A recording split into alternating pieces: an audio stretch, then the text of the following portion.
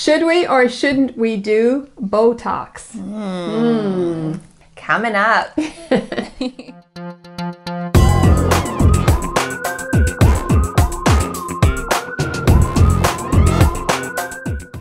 Hi, I'm Michelle. Hi, I'm Olivia. And this is Social Talk. This is where we talk about everything and anything that is of interest to us, to you, to the world. Yes. And I think Botox is a hot topic. I met a dermatologist. First, where did Botox come from? What is Botox? And I met a dermatologist, and he said that the reason people started using Botox is because it was really for migraines. Oh. Yeah, to treat migraines, because Botox, it numbs the muscle, it makes it weak. Numbs the muscle, right? Okay, so that you're not using it. And then they realized the side effects was to have wrinkle-free skin. So you're not using certain muscles that make your skin wrinkle. So when you smile, you have those laugh lines, or your expressions, and you have the lines on your face, that it just stops you from using those muscles, so you don't have those. You know what I'm talking about. You know what I'm talking about. We all know what Botox is for, right? Yeah, well, we do know what we use it for, but what were the medicinal reasons? Maybe a lot of people are not too aware of that. Yeah. What are you actually doing when you put Botox into your skin? Basically, they are putting poison. Yes, the word Botox stands for botulinum toxins. Toxins. There's that word, toxins. Yeah. And what it does do is it causes inflammation actually in around those tissues, and that's where you get that a little bit of edema, which actually that swelling actually causes you to look beautiful. Yeah, I mean, obviously if it's swollen, it's going to spread things out, so the wrinkles disappear and that. And that is why when you're doing it, you actually have to repeat the process. I think probably with everybody it's a little bit different, but probably around every 2 to 3 months you have to do it. Okay. Have you tried it? I have not. Okay. I have not. And would you? You know what? The quick answer is no, I would not. Okay. But, old saying, never say never. I wouldn't do it, but I don't know. I mean, I've been told that you can actually get rid of those dark circles if you want. Who asked you? I know. It's one of those things where you're like asking, you ask somebody, what do you think I need it? Right. And then they say, you want them to say, no, of course not. Right. You don't need it. But the reality is when they look at you and say, yeah, you could probably use some, you're like, oh. Okay. Thanks. Well, I actually went to a women's show, and they were doing Botox injections at the show. And there was this woman who came up to me, and she was saying, oh, have you tried it? And would you try it? And all of those kind of things. And I said no, and I don't know if I would try it. I haven't tried it. I don't know if I would. I want to say no right now, but like you said, never say never. Never say never. So anyway, I'm not kidding. She looked like she was in her 20s. She looked like she was in her 20s, and she was in her late 40s at the time. Mm-hmm. And she said that she had been doing Botox since she was in her 20s for prevention. Yeah. Yeah, so not cure. I think a lot of people tend to do Botox because they see things and they want to fix it. She did it for prevention. However, she has to continue doing it, and the minute that she stops, that's all going to fall. Yes. And we've seen the side effects of that when they do too much Botox, exactly what can happen.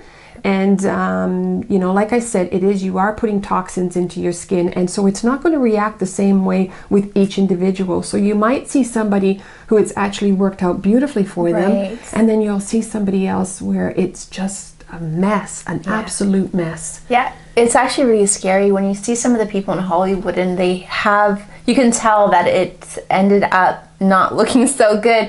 And I think that's over time, doing it consistently. I don't know. Not in that world, not in that industry, know nothing about it, but just what we see.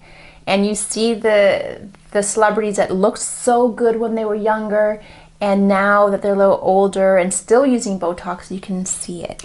Yeah, there are a couple of people that come to mind when you think about, overdoing it with the plastic surgery or Botox.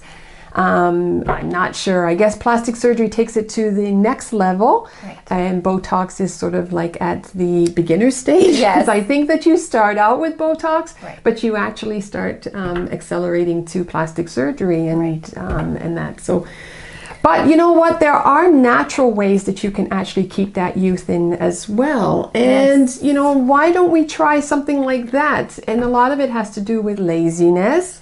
Or, you know, it's the usual quick fix thing, you know, Botox, and you're good probably in the next couple of days. Whereas if you do the natural, you really have to work at it. It's an exercise. Yes. So have you heard of exercising your face? I have.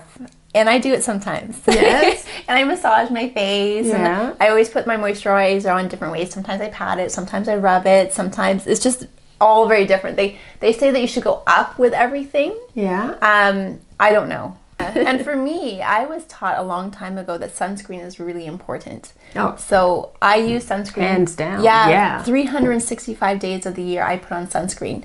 I don't put on a very high SPF, but I put on something just from the car, from my house to the car to work. You need a little bit of protection. Well, even through the windows, actually, you can get those UV rays as well. So we all think that, you know, once we're indoors, we don't need it. Right. Wrong. The UV rays do come through the window. Yeah. They also think on cloudy days, you don't need it. Wrong. Right. UV rays come through the clouds. Yeah. So yes, you're absolutely right. Yeah. You do need it all the time. Yeah, and they say even from the computer screen and the lights in our office, they say you also need it for that. I don't know. Well, and the toxins that are just in the air and the pollutants and that. So all of these things are attacking your skin all the time, every single day, from the time that you're a baby and you take your first breath. Like I said, I would tend to stay away from the Botox and try and implement as more of a daily routine. There are a couple of things that you can do.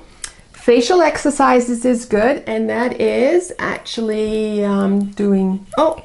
Sorry, I turned it on already. Oh yeah, daily exercise. Vibrators. This helps too. Vibrators and just massaging the skin a little bit. You can go under the eyes. Yeah. Right. For circulation, it's apparently amazing for circulation. Increases the circulation. Also helps to tighten up those micro muscles that are in your skin as well as around here. Yeah. And if you just do this for probably about 15 minutes a day, daily, in those troubled areas that, you know, we get those laugh lines and that will definitely help as well. Yes, right? we will put the link below for those. Yes, this these is are really with cute. Crave. Yes. And yes, we will put a link in below as to where you can actually pick one of these up, right? Yeah. There's another gadget that you can also use as well, and this is with Bodtech.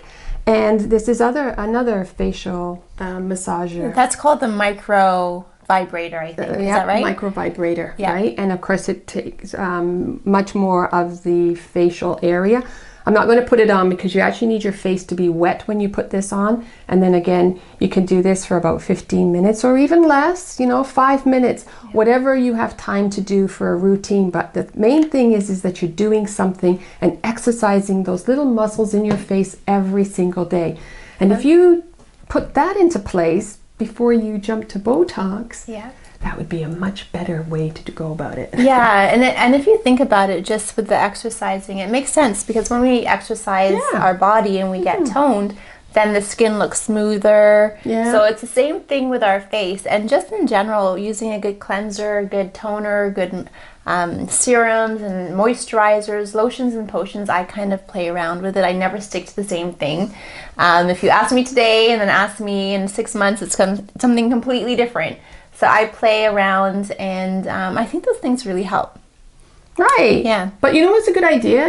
I just thought of this, is actually maybe one of our episodes, we will actually talk about some of those skin products that are really good for your skin. So if you have any suggestions, or you can actually recommend to us any of the great skin products that you have actually used over time, or you are actually a salesperson for one of those, please let us know, because we are looking to see what's this quick fix so that we don't have to use Botox, but we can actually do this in a more natural way by using moisturizers, toners, and also our vibrators. Thanks so much for watching. Hope you guys enjoyed our show. Don't forget to subscribe below. Looking forward to seeing you again next week, and we will be here as always, and have yourself a wonderful week. Bye for now. Bye for now.